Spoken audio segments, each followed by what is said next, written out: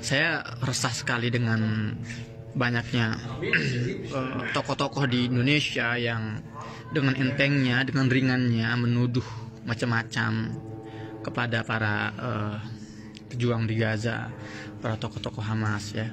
Saya di sini bukan sebagai seorang simpatisan Hamas, tidak. Saya seorang aktivis kemanusiaan yang berusaha netral, senetral-netralnya. Saya tidak mau menyempitkan perjuangan saya pada satu kelompok tertentu.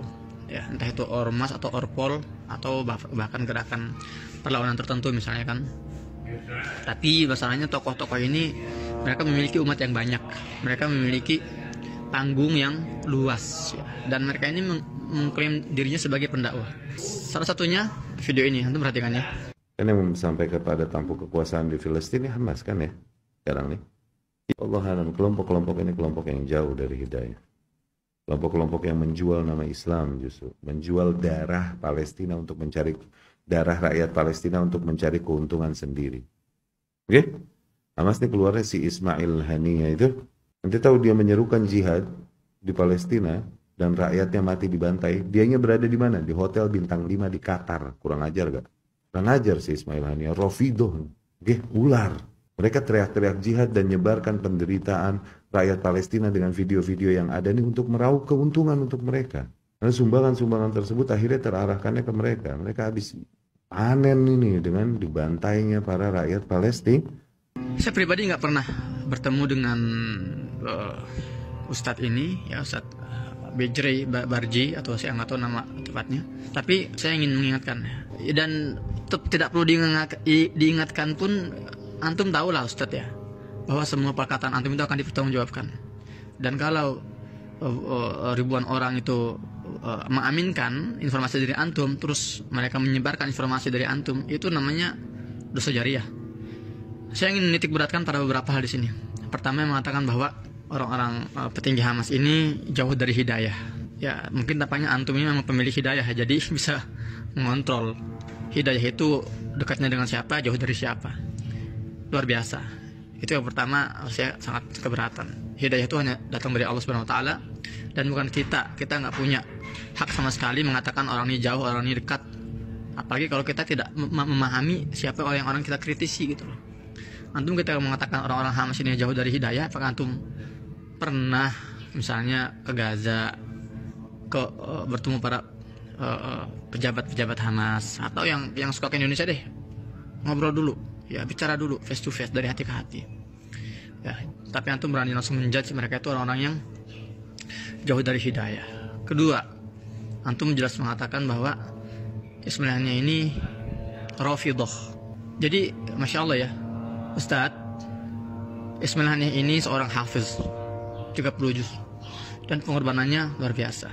Ya, keluarganya sudah banyak yang dibunuh oleh Israel, anaknya, kemudian ya kerabat-kerabatnya, rumahnya sudah berkali-kali dihancurkan oleh Zionis. Ya, bagaimana antum bisa menuduh dia seorang Rafidah? Dan antum tahulah, Rafidah ini adalah sekte Syiah yang sudah bisa digolongkan sebagai sekte yang sesat. Jadi Syiah ini kan ada beberapa sekte ya. Ada yang Zaidiyah, ada yang dekat dengan Sunni, itu kan, ada yang moderat, ada yang sudah masuk sekte yang sangat ekstrim, yaitu Rafidah. Antum Ustaz menuduh Ismail Haniyah sebagai Rafidah, ini konsekuensinya besar. Rafidah ini sudah masuk ke kategori kafir. Ya, ingat ada hadisnya kan, apabila dua orang muslim ya menunjuk yang lain itu kafir, maka satu dan antara mereka itu pasti kafir. Ya, apakah memang yang ditunjuk itu benar-benar kafir, atau yang nunjuk itu ternyata dia ya mengkafirkan orang muslim dan akhirnya dia kafir ya, karena telah mengkafirkan orang muslim. Hati-hati. Dan saya 12 tahun di Gaza ya, saya sholat di masjid-masjid di Gaza ya, saya berinteraksi dengan orang-orang Gaza. Dan jangan saya deh, antara subjektif lagi ya, antum Ustaz tanya semua orang Indonesia yang pernah ke Gaza, banyak sekali itu yang pernah ke Gaza tuh. Tanya satu-satu, antum ketika ke Gaza pernah gak ngelihat ada tanda-tanda Syiah di Gaza?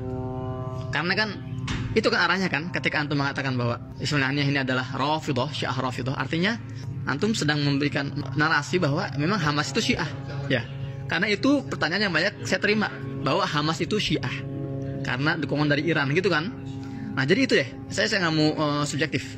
Antum tanya banyak orang Indonesia yang pernah ke Gaza, tanya satu persatu, apakah antum pernah melihat ada satu aja masjid ya tempat antum sholat di Gaza, atau ornamen-ornamen keislaman di Gaza yang berbau-bau Syiah? Ya Hussein, ya Fatimah misalnya, atau apa ya Ali, ya dan orang-orang memukul-mukul tubuhnya dengan teriakan-teriakan Karbala misalnya. Satu aja, tanya orang, ada gak? Kalau saya 12 tahun di Gaza, alhamdulillah nggak pernah saya lihat seperti itu. Dan kita harus tahu, Ustaz, setelah tahun 2008, agresif Israel tahun 2008, itu Gaza itu remuk, hancur lebur Gaza itu. Dan Iran menawarkan bantuan jutaan dolar. Di antara bantuannya, ya mereka ingin membangun rumah sakit dengan satu syaratnya, apa katanya? Nah, ini dari pemerintah Iran. Kami akan membangun rumah sakit, wahai Gaza. Dan Gaza saat itu dipimpin oleh Hamas. Kami akan bangun rumah sakit, tapi satu syaratnya. Namai rumah sakit itu dengan nama Imam Khomeini. Tahu antum jawabannya apa? Ditolak mentah-mentah. Warga Gaza menerima bantuan dari semua kelompok, tapi tanpa syarat. Orang kafir pun kalau mau bantu Gaza akan diterima senjatanya, akan diterima bantuannya, tapi tanpa syarat, tidak menyentuh ranah akidah. Jadi jangan sedangkal itu cara pemikirannya, bahwa semua yang menerima bantuan dari Iran berarti Syiah. Astagfirullahaladzim. Itu pemikiran orang-orang, ya mohon maaf ya kalau kita boleh meminjam kata-kata Rocky Gerung itu, ya itu namanya itu. Masya Allah, mereka tuh disini memperjuangkan tanahnya dengan darah dan dengan nyawa. Dengan mudah seperti itu diselewengkan, ya dituduh yang enggak. Tahun 2012 ada rombongan dari Indonesia, delegasi Indonesia. Di antaranya ada seorang wartawan, jurnalis, ya jurnalis Hidayatullah. Dia teman saya juga. Nah, dia nanya ke saya. Jadi di Gaza ini, ya asal antum tahu, ada sebuah gerakan perlawanan yang lebih dekat dengan Iran dibandingkan Hamas, namanya Jihad Islami. Dan itu banyak berseliweran gosip bahwa Jihad Islami ini adalah gerakan Syiah di Gaza. Nah, wartawan, anak muda, jurnalis ini datang ke saya, nanya, Mas Husein, benar gak sih bahwa Jihad Islami ini afiliasinya ke Iran Syiah gitu ya? Apakah benar Jihad Islami itu ideologinya atau akidahnya Syiah? Dan saya bukan tipe-tipe orang yang senang menjawab langsung ya, secara subjektif enggak. Saya bilang apa? Oke, kamu akan saya pertemukan langsung dengan juru bicara resmi Jihad Islami, namanya Khalid Al-Batash. Senang dia, saya bawa ke rumahnya karena saya punya akses ya ke beberapa petinggi-petinggi. Wawancaralah dia, si pemuda ini, jurnalis muda Indonesia ini dengan petinggi Jihad Islami. To the point dia, apakah Anda ini Syiah karena Anda sangat dekat dengan Iran? Apa jawaban juru bicara Jihad Islam ini? Dia bilang apa? Wahai saudaraku, kami ini Ahlus Sunnah wal Jamaah, mazhab kami Syafi'i. Jangan lupa, Imam Syafi'i itu lahir di Gaza, tempat kami. Dan kami itu Ahlus Sunnah. Nah, kalau masalah kita menerima bantuan dari Iran, jangankan orang Syiah, dari orang kafir pun kita akan terima bantuannya. Siapapun, latar belakangnya apapun latar belakangnya, ya, agamanya, etnisnya, rasnya, selama mereka mendekat dengan kami untuk membantu kami berjuang, membebaskan negara kami akan rangkul. Nah, dan siapapun, sekalipun itu umat muslim yang ngaku paling sunnah, umroh puluhan kali, haji ratusan kali, jenggotnya panjang, ya, jiratnya hitam, tapi kalau dia tidak membantu kami, enggan membantu kami, alergi dengan kami, dan tidak mau membantu kami perjuangan Palestina, ya kami nggak akan minta-minta mengemis-ngemis. Untuk apa? Kami nggak butuh orang seperti mereka. Itu kata juru bicara itu. Jadi patokannya bukan agama atau bukan akidah, enggak. Pokoknya siapa yang mau membantu membebaskan Palestina, kami akan rangkul, kami akan terima bantuannya, terlepas niatan mereka di belakangnya itu apa, agenda mereka itu apa. Tapi yang pasti ketika kami menerima bantuan itu tanpa persyaratan, itu tanpa kondisi. Pokoknya kalian membantu, kami terima, tapi jangan ada persyaratan apapun. Seperti itu.